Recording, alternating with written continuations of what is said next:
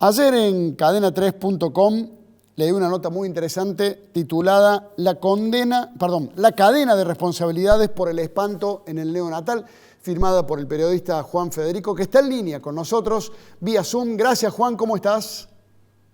Hola Turco, ¿cómo andás? Muchas gracias a ustedes. Un gusto y gracias por tu tiempo y por tu generosidad. ¿Qué estás viendo de lo que está ocurriendo y qué información tenés de lo que está pasando desde el punto de vista judicial y también político, pero sobre todo judicial con este caso? Sí, bueno, a nivel judicial, o sea, la causa aparece todavía entrampada a nivel judicial. Tenemos una enfermera que está presa, acusada de haber matado a por lo menos 2 de los 5 bebés muertos en este universo de casos sospechosos. Se le imputa por los 2 casos, por ahora nomás, según el fiscal, de manera intencional. Ahí, si querés, podemos decir por qué según el fiscal, porque todavía hay muchísimas dudas. Hay muchísimas dudas a nivel de la investigación, a nivel forense. Tenemos 5 bebés muertos entre marzo y junio, al menos 8 bebés gravemente heridos, lesionados por alguna sustancia extraña, pero no tenemos un patrón en común. No hay un patrón en común. Hay solamente 2 autopsias y no va a haber más autopsias. Se perdió todo lo que se llama la escena del crimen, la preservación, no hay ampollas, no hay jeringas, no hay material sensible, no hay cámaras que permitan ver qué persona inyectó algo o no a esos bebés. Entonces es una investigación que ya viene con el tiempo que pasó. Ahí el viejo axioma criminalístico, tiempo que pasa, verdad que huye, bueno, en este caso es clave.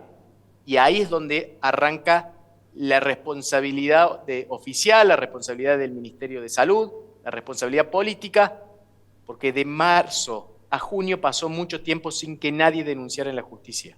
Bueno, demasiado tiempo. Esa es la otra pregunta que te quería hacer, porque la semana pasada legisladores radicales fueron a la fiscalía, ahí se enteraron que el gobierno o que el ministerio o que el hospital no había hecho la denuncia.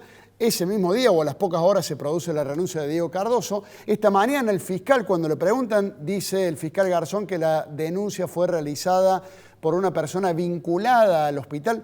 ¿Qué tenés vos? ¿Quiénes y sobre todo cuándo realizaron las denuncias? Exactamente. O sea, volvemos. 18 de marzo muere un bebé, nadie denuncia nada. Después, en abril, muere otro bebé y empieza una investigación interna. Pedido de notas internas, todo, pero todo interno, todo adentro del hospital. Mayo tenemos otro caso más y llegamos al 6 de junio. 2 bebés mueren y esa misma noche otros 2 bebés también se descompensan. 4 bebés sanos que en horas terminan en la terapia intensiva. Un desastre, una noche de terror. Bueno, cuando pasa eso, la médica que estaba de guardia dice: yo no voy a firmar el certificado de defunción. Algo que debieron hacer los otros médicos en los otros casos, pero no lo hicieron. Esos médicos sí firmaron un certificado de defunción sin saber por qué esos bebés habían muerto. Esta médica fue más responsable y dijo: yo no voy a firmar.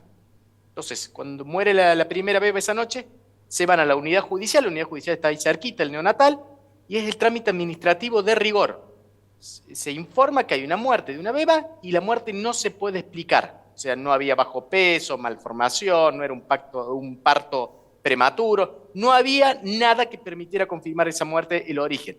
Entonces se ordena una autopsia de rigor. A las poquitas horas aparece el guardia policial en la misma unidad judicial y dice: hay una segunda muerte de un bebé. Exactamente lo mismo, no se puede explicar, dice el médico, acá tiene los datos. Se ordena una segunda autopsia. Estas 2 autopsias, así: averiguación de causa de muerte, bebé tanto; averiguación de causa de muerte, bebé tanto. Nada más. Se hacen 2 expedientes y quedan en la Fiscalía de Turno de Distrito, que es la Fiscalía de Jorgelina Gutiérrez. 6 de junio, madrugada del 7 de junio. En esa fiscalía jamás nadie le dijo que existía el otro contexto.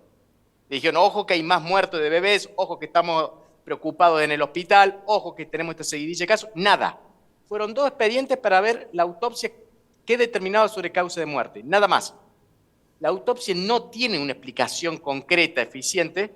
Entonces ese expediente quedó ahí, quedó en la fiscalía, pero no se movió más. 6, 7 de junio. Primeros días de julio, justo antes de la feria judicial, aparece este particular, con nombre y apellido. El fiscal pide preservarlo y no lo nombra, pero es alguien que conocía mucho el hospital neonatal y conocía sobre todo esa investigación interna que estaba realizando el Ministerio de Salud y que jamás había sido comunicada a la provincia. Se acerca, hace la fila como un ciudadano más, mesa de entrada, yo vengo a denunciar que en el hospital neonatal hay muertes muy sospechosas de bebés. Y da datos muy, pero muy concretos. Esta denuncia recae en la Fiscalía de Garzón, Garzón se pone a investigar y ahí le dice, interpela a la provincia, al Ministerio de Salud, le dice, acá tengo una denuncia que dice que ustedes en el neonatal están teniendo más casos de mortalidad infantil de la que deberían tener según la estadística normal. Y ahí sí, ante esa interpelación y ante los datos que tenía el fiscal aportados por este denunciante, el ministerio levanta la mano y dice, sí, nosotros sí estábamos haciendo una investigación interna, exactamente, estamos preocupados, y ahí muestra los datos propios del hospital, que no deberían coincidir con los datos propios de la justicia, deberían ir por carriles separados, no hacer una investigación espejo. Porque el ministerio dice, nosotros ya descartamos que es el lote de vacunas adulteradas, medicamentos vencidos. Eso lo dice el hospital. Y el hospital ya tiró a la basura esos lotes de medicamentos. No hay ningún perito independiente en esta historia que lo haya podido chequear. Decían, hace poquitos días hubo un allanamiento en el neonatal, cuando se confirma la primera detención, y cuando los policías van al hospital, a la farmacia del hospital, se encuentran con que muchos medicamentos habían sido cambiados de lugar. O sea que la escena que hoy está viendo la justicia de Córdoba no coincide con la escena que lo que pasaba dentro del hospital en el momento en que ocurrieron estas seguidillas de muertes. Por eso, oficialmente, el Ministerio de Salud nunca denunció, pese a que Diego Cardoso, apenas el escándalo sale a la luz pública, el 11 de agosto, él dice en los medios que el Ministerio sí había denunciado. Es absolutamente incorrecto. El Ministerio respondió una indagatoria de un fiscal. Si ese ciudadano particular no iba a la justicia nunca le iba a preguntar al Ministerio de Salud y hoy posiblemente tampoco la justicia estuviera enterada de todo esto.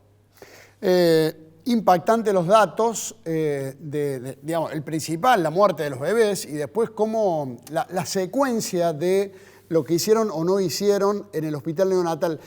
Por todo esto, Juan, es que esta mañana también el fiscal no descartó nuevas imputaciones, ¿verdad? Exactamente, el fiscal empezó a ser indagado y decir, bueno, ¿qué vas a hacer con la cadena de responsabilidades? Porque él dice, bueno, hay una enfermera que yo sospecho que puede ser la asesina. Hay indicios poco y nada aún a esta hora sobre esa enfermera, Brenda Agüero. ¿Por qué está imputada? Porque su nombre es el que más se repite entre los trabajadores bajo sospecha en los días en los que ocurrieron los episodios llamativos, los graves episodios. Entonces, por esa coincidencia están.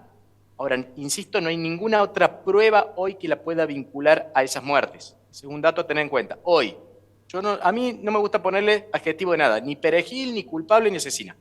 Hasta ahora es una persona imputada bajo sospecha que el propio fiscal dice faltan muchos elementos en esta causa aún. Después, imputó a la que era directora del neonatal. Liliana Asís, la directora, fue imputada por omisión de los deberes de funcionario público y fueron otros 2 jefes del hospital también fueron imputados.